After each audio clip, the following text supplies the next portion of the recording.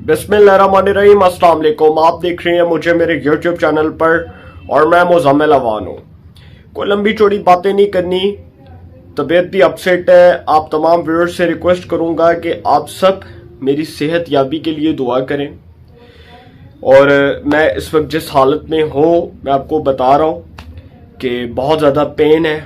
Pain killer भी खा रहा हूँ, उसके बाद मेडिसिन भी ले रहा हूँ और मौसम की तब्दीली की वजह से तबीयत जो है वो भी ख़राब हुई और अब उसमें कदरे बेहतरी आ रही है। लेकिन यहाँ पर आज मैंने आपसे 3 जो खबरें डिस्कस करनी है, बड़ी इंपॉर्टेंट खबरें डिस्कस करनी है और तीनों खबरें इस तनाजुर में इंपॉर्टेंट हैं कि तीनों खबरों का कोई ना कोई रुख है।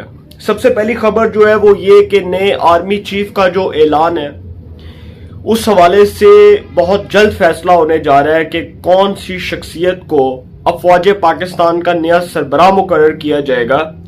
इस हवाले से वजारत दिफा अपनी तैयारियां शुरू कर चुकी है और समरी वज़ीर-ए-आज़म हाउस को भेजी जाएगी। जब वज़ीर-ए-आज़म हाउस को वजारत दिफा की जानिब से समरी अरसाल होगी तो उसमें 3 से 4 नाम जो टॉप प्रायोरिटी के नाम होते हैं।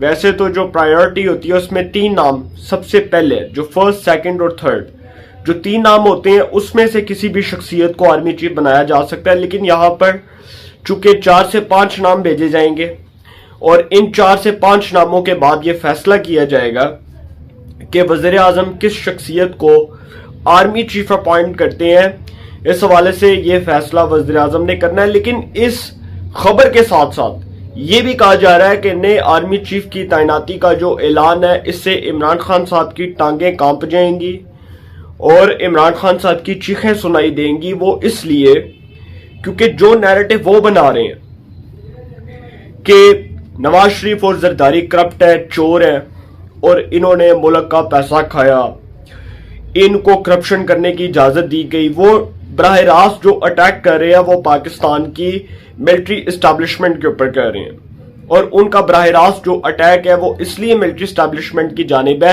क्योंकि वो ये इल्जाम लगाते हैं कि मेरी हुकूमत गिराने में पाकिस्तान की मिलिट्री इस्टेब्लिशमेंट का हाथ है।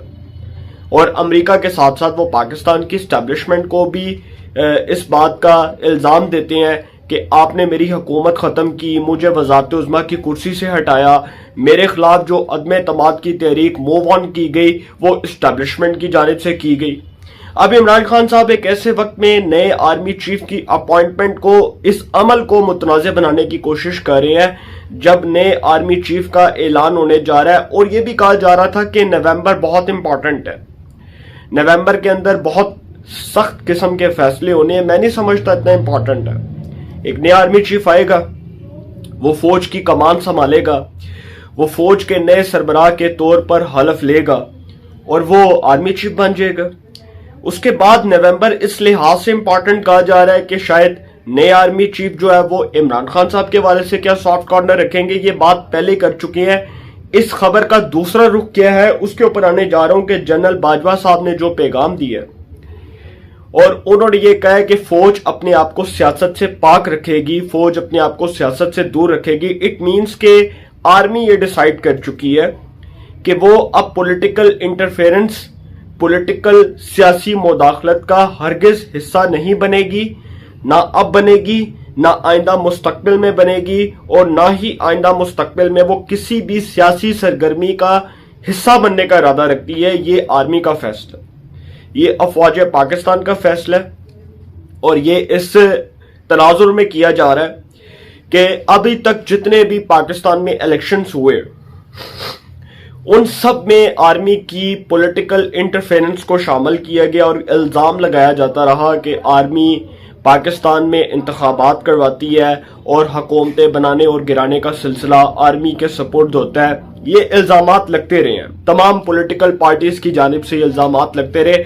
अब चूंकि जनरल कमर जावेद बाजवा साहब ये बात कर चुके हैं, अपनी रिटायरमेंट से पहले वो ये बात कर चुके हैं कि वो अब किसी सूरत एक्सटेंशन नहीं लेंगे और उन्होंने कहा कि मैंने हलफ लिया था कि मैं अब किसी सूरत एक्सटेंशन नहीं लूंगा और नया आर्मी चीफ आएगा। इट मीन्स कि वो अपने हलफ की पासदारी करते हुए इस बात को यकीनी बना रहे हैं कि नया आर्मी चीफ आएगा, वो फौज की कमान संभालेगा और वो इदारे को आगे लेकर चलेगा, शख्सियात आती जाती रहती हैं, किसी के आने जाने से फर्क नहीं पड़ता, इदारे बंद नहीं होते।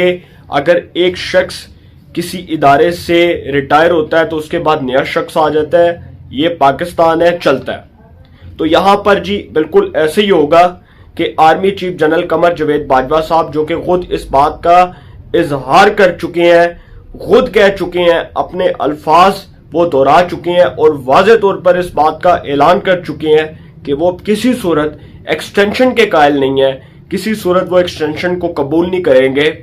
अपना टेन्योर मुकम्मल होने के बाद रिटायर हो जाएंगे, नवंबर के अंदर वो रिटायर हो जाएंगे। अब ये जो जनरल बाजवा साहब ने तनकीद की थी, इस तनकीद का रुख उस जानिब था जिस जानिब इमरान खान साहब पाकिस्तान की मिलिट्री इस्टेब्लिशमेंट को बदनाम कर रहे हैं।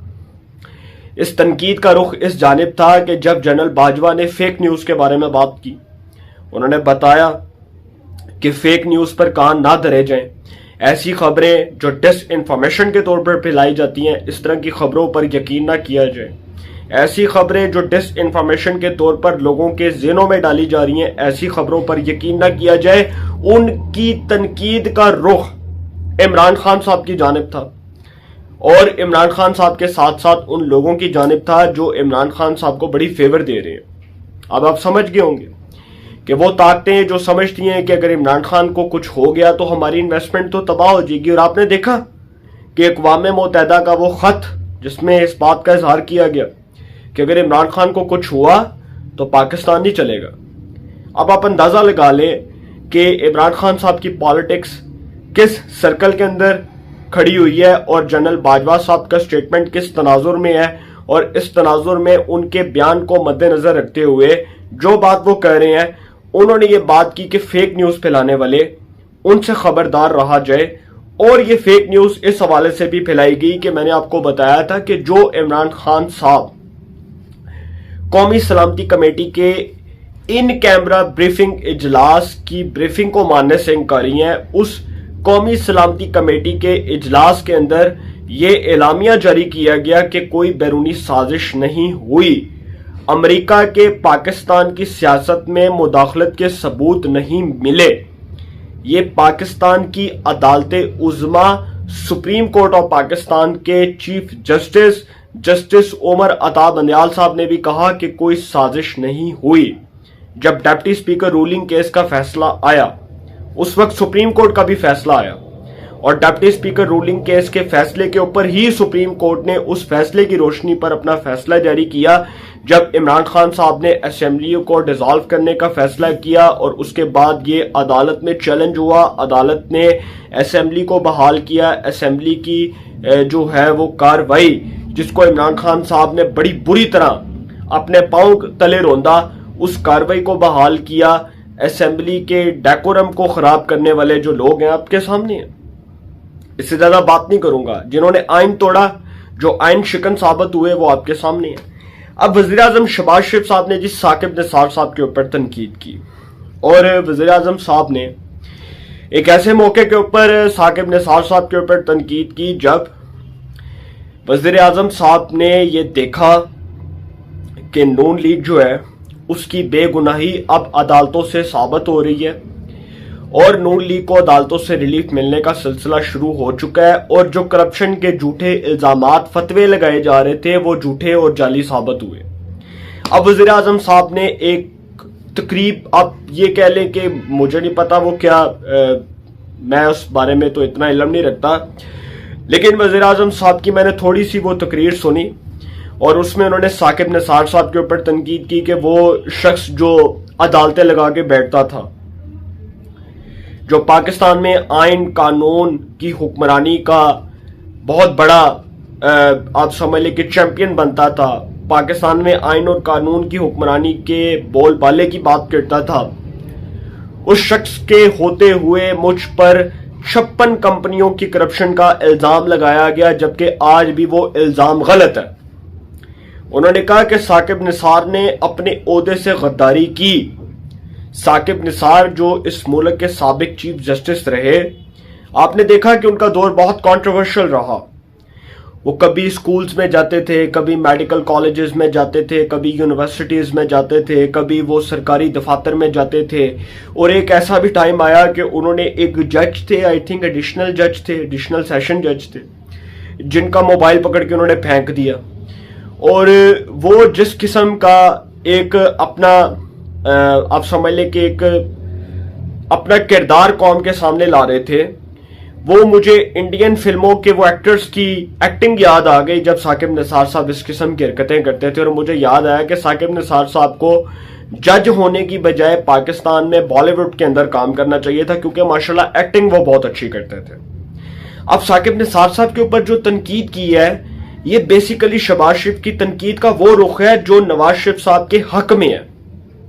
ये मैं आपको बता दूं कि शहबाज शरीफ साहब ने गुस्सा कुछ और निकाला है, साकिब निसार साहब के ऊपर अपना गुस्सा नहीं निकाला। वो एक अलग बात है कि साकिब निसार साहब के होते हुए शहबाज शरीफ को 56 कंपनियों के केस में तलब किया गया, सुप्रीम कोर्ट लाहौर रजिस्ट्री के अंदर उस केस की समाअत हुई, और उसके बाद साकिब निसार ने शहबाज शरीफ साहब की इंसल्ट भी की और शहबाज शरीफ साहब ने स्ट्रेट फॉरवर्ड होकर जवाब भी दिया, बल्कि आप ये कहें कि मुंह तोड़ जवाब दिया। और बिल्कुल ठीक किया कि भाई एग्जेक्टिव जो है, एग्जेक्टिव और अदलिया में फर्क होता है, हुकूमत और अदलिया में फर्क है। अदलिया हुकूमत के अदलिया हुकूमत के मामलात में मुदाखलत करेगी तो ये रियासत के खिलाफ होगा।